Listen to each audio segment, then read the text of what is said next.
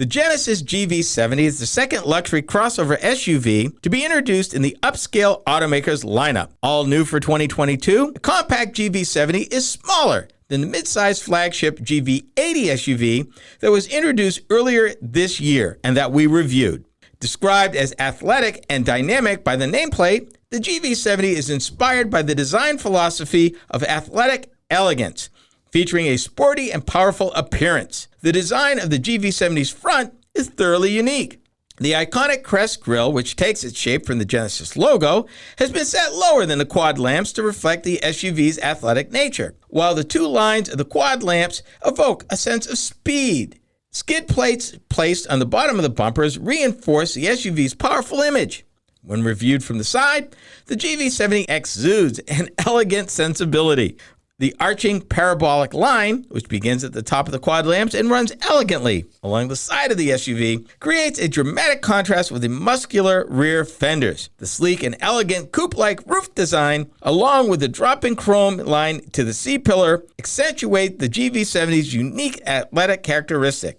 At the rear, the taillights feature the ultra-thin signature two lines of the quad lamps, while all functional elements are set in the bumper, helping to achieve exceptionally clean, pure forms. The rear also features a number of subtle design details, including a G-matrix pattern applied bumper and a unique vertical-shaped muffler and a body-colored diffuser that accentuate the GV70's dynamic look. That had to have been written by a designer. Available in 7 trim levels, base power is generated by a 2.5-liter 4-cylinder turbocharged gasoline engine that produces 300 horsepower and 311 foot-pounds of torque. Upmarket models are equipped with a robust 3.5-liter 6-cylinder twin turbocharged gasoline motor that delivers 375 horsepower and 391 foot-pounds of torque. Both prime movers are bolted to an 8-speed automatic transmission with paddle shifters, which communicates torque to all 4 wheels. All-wheel drive is standard across all of GV70's model lineup. EPA fuel economy is 22 city, 28 highway for the 4-cylinder turbo, and 19 city, 25 highway for the twin-turbo V6. Cargo capacity is 56.9 cubic feet with the rear seats folded true flat with a cargo floor. Here's what I liked about the vehicle. The all-new GV70 is liquid smooth and ultra-fast, and that is just the standard 4-cylinder turbo. The compact crossover SUV rides on a solid platform that is graveyard quiet.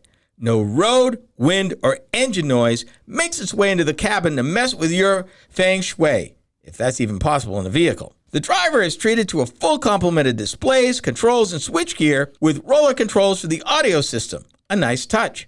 Hyundai side view cameras are activated in the dashboard when the turn signal for that side is turned on, providing the driver with an added measure of safety by having more information about what might be around him. All cameras deliver images that are sharp with photography-level color contrast. Overall, I found the GV70 to be easy to navigate and easy to use.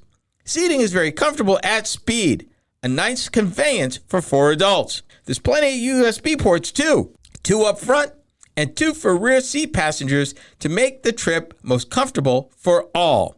And that even includes a 115-volt AC plug at the rear as well. Panoramic sunroof, 4 fully automatic up-down side windows, and a spare tire that's located inside the vehicle under the cargo area floor are nice touches that matter. Did I mention a low step-in height that facilitates entry and exit? Here's what I didn't like about the vehicle. I thought the knob for the infotainment system and gear selection knob were too similar in size and location, easily confused by feel. I found myself reaching for one when I really wanted to use the other more than once or twice. That could get pretty ugly at speed. I was surprised that the GV70 did not offer heated outboard rear seats. That should have been standard. I mean, this is a luxury crossover after all. And oh yeah, if you are serious about driving this SUV, demand that the dealer change out the 235 55R Michelin Primacy Tour AS tires for some all-weather tires, not all season. You'll thank me later. Now, here's the bottom line. And make no mistake, Genesis has a vehicle here that will sell itself. I found the GV70 close to perfect, despite my little nitpicking. Control placement for the infotainment and gear selection knobs notwithstanding. Now, this is an amazing new compact crossover that will easily win friends and influence people. And bottom line, you need a Genesis GV70 in your life. Be sure to tell the dealer that Ken sent you. You're welcome. The manufacturer suggested retail price for the 2022 Genesis GV70 compact crossover SUV starts from $41,000 for the 2.5T standard model up to $62,500 for the 3.5T Sport Prestige model. Destination charges add $1,045. MSRP is tested. I evaluated the 2022 Genesis GV70 2.5T in advanced trim with the following extra cross options: Cardiff green exterior paint, select package, and the advanced package. Total cost of the options came to $8,650. The total MSRP, including options and destination charges, came to $50,695. And I got to tell you, I mean, I've driven a lot of different vehicles over the past years, and to be blunt, this kind of falls right in the middle of them, price-wise. It's not exceptionally expensive for what you get, and it doesn't look like anything else on the road except maybe the larger GV80. Yeah.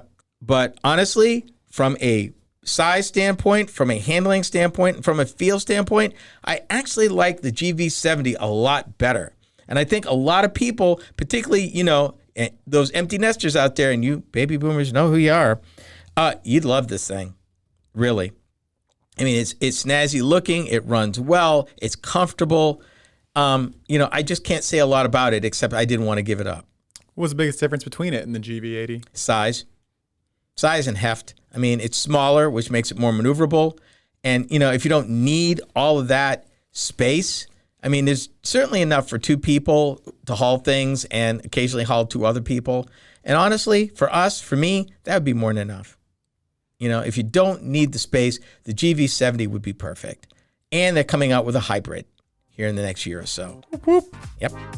When we return, is ethanol to blame for higher gas prices? It's not my fault either. This is RoadWorthy Drive.